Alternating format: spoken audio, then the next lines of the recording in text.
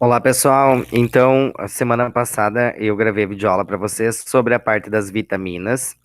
E aí hoje a gente vai dar sequência no conteúdo e vamos entrar na parte dos ácidos nucleicos, que são os componentes do DNA e do RNA, né, do material genético.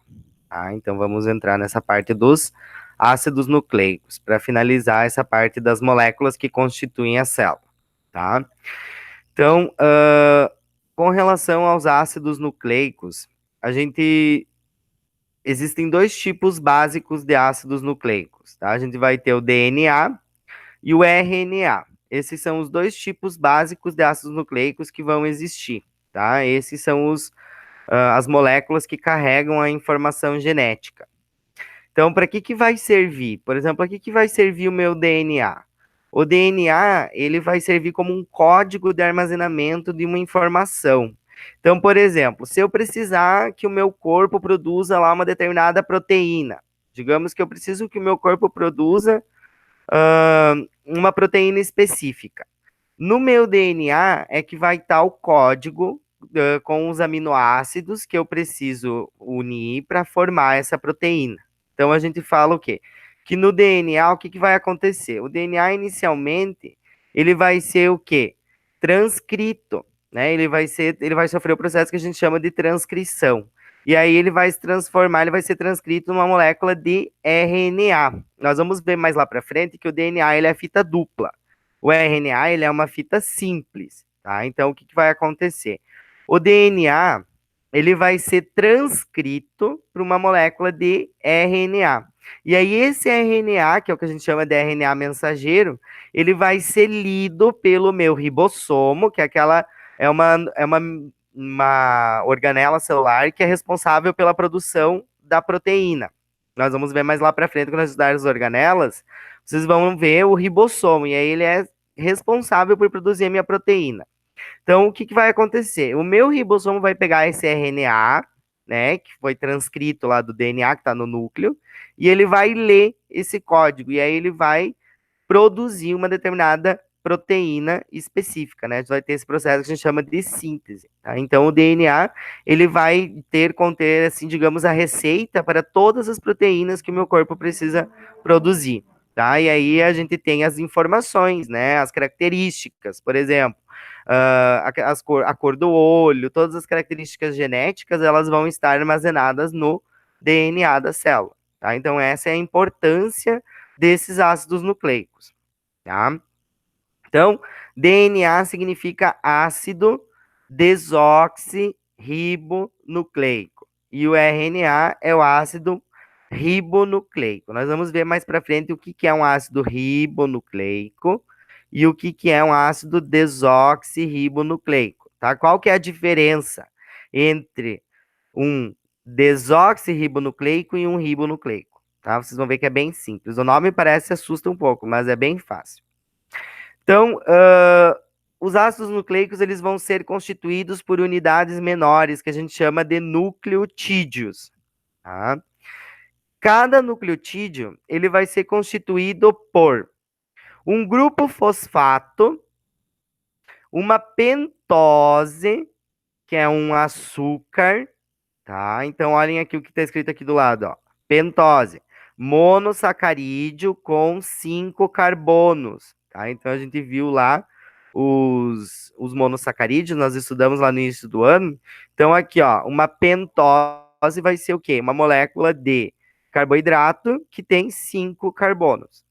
E a base nitrogenada, tá? Essa base nitrogenada, ela vai ser variável. A gente vai ver que tem algumas bases nitrogenadas específicas do DNA, uma base nitrogenada específica do RNA, e aí essas bases nitrogenadas é que elas vão variar. E é essa variação de base nitrogenada que vai fazer com que a minha informação ela seja armazenada. É como se fosse um código binário de computador, tá? Então, conforme a organização dessas bases nitrogenadas vai armazenar uma sequência, tá? Então aqui, ó, tem um desenho de um nucleotídeo, ó. Eu tenho o meu grupo fosfato ligado à minha pentose, que é o açúcar com 5 carbonos, que é ligado à minha base nitrogenada, tá? E aí essa base nitrogenada ela varia. Então, a gente vai começar a entender como é que é a estrutura do DNA. Então, a gente vai indo bem às partes. Então, aqui, ó, o que vocês têm que fixar? Que no DNA, a pentose, ela é sempre uma desoxirribose, tá? Então, o que é uma desoxirribose? Vai ser um açúcar que tem um carbono, que perdeu um oxigênio, desculpa. Então, aqui, ó, no RNA, a pentose é sempre uma ribose. Então, o que acontece? A ribose, ela tem uma determinada estrutura molecular que nós não vamos entrar muito em detalhes sobre a estrutura química, molecular dela. Mas o que vocês têm que entender? Que esse açúcar, a ribose, que é uma pentose, tem 5 carbonos, ele vai ter lá na sua estrutura algumas moléculas de oxigênio.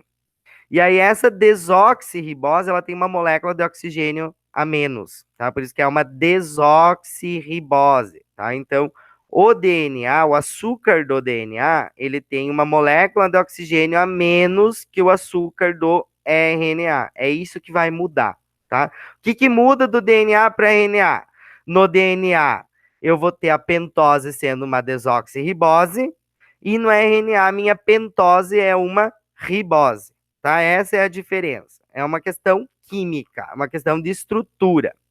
E com relação às bases nitrogenadas, ó, até sublinhei aqui, ó, bases nitrogenadas.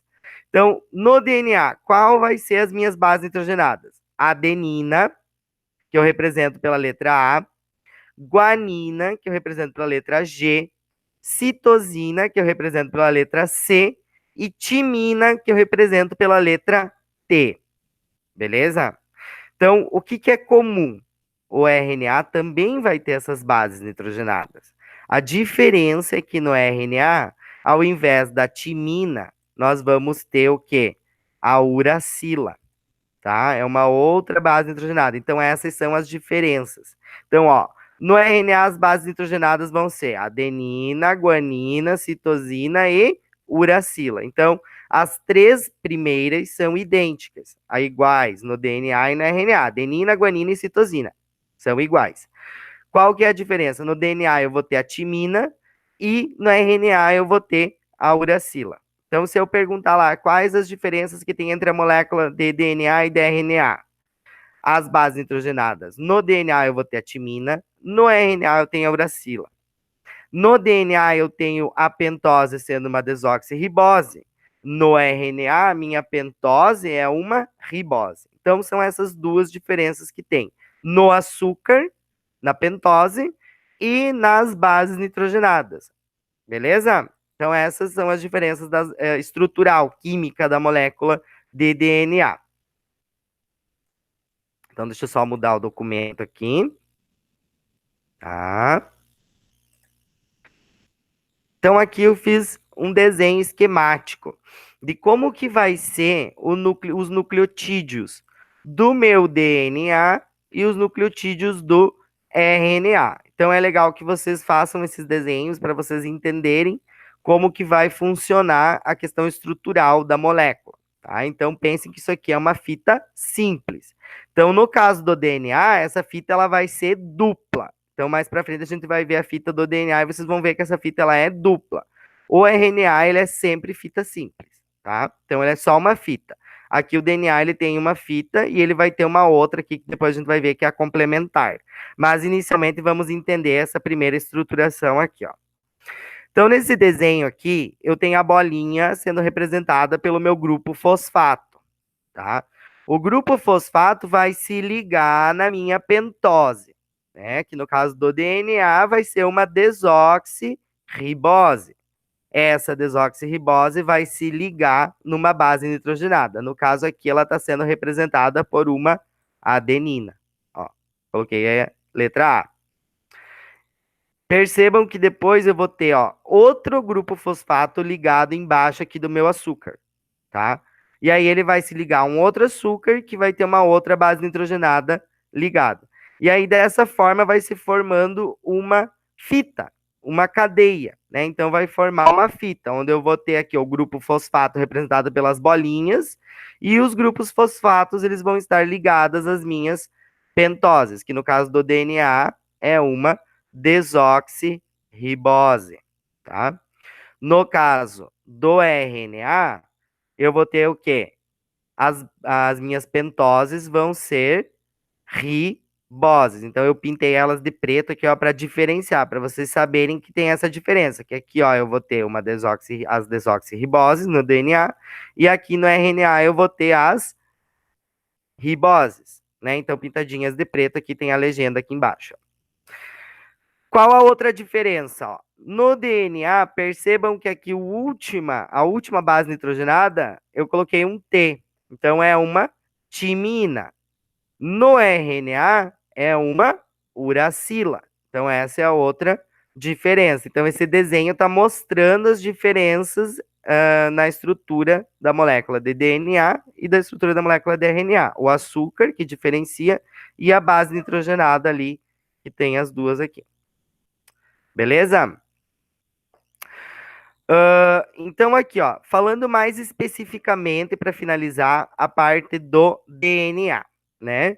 Que é o nosso ácido desoxirribonucleico. Esse modelo proposto de DNA que a gente conhece hoje, ele foi proposto por Watson e Crick lá em 1953. Então, ele já é bastante antigo, né? E a gente chama esse modelo de dupla hélice. Então, eles criaram esse modelo, né? Da dupla hélice, eles descobriram esse modelo. E são o quê? Duas fitas que são ligadas. Então, são duas fitas ligadas por pontes de hidrogênio. Então, imagine aquelas fitas iniciais que nós vimos aqui, né? Então, ó, nós vimos aqui a fita do nucleotídeo do DNA. Imagine que vai ter uma outra fita complementar ligada a ela, né? Então, é aquele famoso desenho do DNA que a gente conhece, ó, eu desenhei ele aqui, né? Que é uma fita dupla. São duas fitas que se complementam. E a gente chama esse modelo de dupla hélice, tá? Mas como que vai acontecer a ligação dessas fitas, né? Como que vai acontecer? Então, ó, imaginem que aqui eu tenho a fita que eu fiz antes, né? Uma fita. E aí do lado eu vou ter o quê? Uma fita complementar. E aí sempre que eu tiver na minha fita, ó, prestem atenção nisso aqui, que é bem importante. Sempre que eu tiver na fita uma timina, a base nitrogenada correspondente vai ser uma adenina. Então, a timina vai sempre ligar com a adenina. Eu fiz até modelinho de encaixe aqui, ó. Sempre que eu tiver aqui uma guanina, ligada na guanina, eu vou ter a citosina. Então, elas são complementar. O T, que é a timina, vai ser complementar com a adenina, com A, e o G, que é a guanina, vai ser complementar com o C, com a citosina. Sempre. Sempre que eu tiver uma timina, eu vou ter uma adenina. Sempre que eu tiver uma adenina, eu vou ter uma timina, tá? Sempre que eu tenho uma guanina, eu tenho uma citosina. Sempre que eu tenho uma citosina, eu tenho uma guanina. Nunca vai ser o contrário. Sempre é dessa forma aqui, ó. Então, olhem aqui, ó. Tem uma timina ligada a uma adenina. Aqui embaixo tem uma adenina ligada com uma timina. Aqui eu tenho uma citosina ligada com uma guanina. Então é bem comum em questões de vestibular vocês encontrar, por exemplo, assim, ó. Antigamente mais, agora nem tanto, porque as questões são mais contextualizadas. Mas era muito comum você encontrar uma questão que ela te dava um fragmento de DNA e pedia para você encontrar a fita complementar. Então, por exemplo, ela dava na questão no fragmento de DNA ou no gene, né? No fragmento, né, no pedaço de DNA, qual é a fita complementar. Então, eles te davam uma sequência de letras lá, por exemplo, T, A, C, G, C, T e A. E aí ele pedia para você dizer qual era a fita complementar. E aí você tinha as opções embaixo para assinalar. Então, quando vocês se depararem com esse tipo de situação, vocês sabem o quê? Que se na timina, a timina ela sempre vai ser ligada com uma adenina, então a minha fita complementar aqui, se eu tenho um T ligado nesse T para uma ponta de hidrogênio, eu vou ter um A. Se eu tenho um A aqui, uma adenina, ligada nessa adenina, eu vou ter uma timina, um T. Então, se eu tenho um C que vai se ligar no C? Guanina. Então, na citosina, sempre a guanina. Se eu tenho um G, eu sempre vou ter ligado uma citosina, tá? Se eu tenho uma citosina, de novo eu vou ter o quê? Guanina. Se eu tenho uma timina, eu vou ter uma adenina. Se eu tenho uma adenina, eu tenho uma timina, tá? Então é dessa forma aqui, ó. Então encontrei a fita complementar. Então, quando vocês se depararem com esse tipo de questão, onde ele te dá um fragmento, um pedaço, e ele pedir para você qual é a fita complementar, você vai fazer dessa forma aqui. Você vai fazer sempre o complementar. Então, se eu tenho um T, do outro lado eu vou ter um A, se eu tenho um A, eu vou ter um T, se eu tenho um C, eu tenho um G, se eu tenho um G, eu tenho um C, C, G, T, A e A, T. E aí, se for de assinalar, você vai procurar qual das alternativas que tem essa sequência aqui e vai assinalar. Eu vou deixar uma lista de exercícios. Para a semana que vem, nós vamos fazer uma atividade via questionário pelo Google Formulários. Então, eu vou montar um formulário para vocês responderem a respeito dessa questão aqui dos ácidos nucleicos, da estrutura do DNA e dessa parte de fitas complementares e tudo mais. Então, eu sugiro que vocês assistam a aula, façam anotações, que aí semana que vem eu vou disponibilizar para vocês essa atividade que vai ser avaliativa, tá? E aí vocês vão ter lá um período, de provavelmente uma semana, 2 semanas, para responder essa atividade. Então, é interessante que vocês assistam essa aula, né? Façam anotações, e aí, semana que vem, eu vou disponibilizar, então, questões bem basicazinhas a respeito dessa questão dos ácidos nucleicos que nós vimos hoje, da estrutura dos ácidos nucleicos e essa parte aqui do DNA. Beleza, pessoal? Então, no vídeo de hoje seria isso. Até a próxima.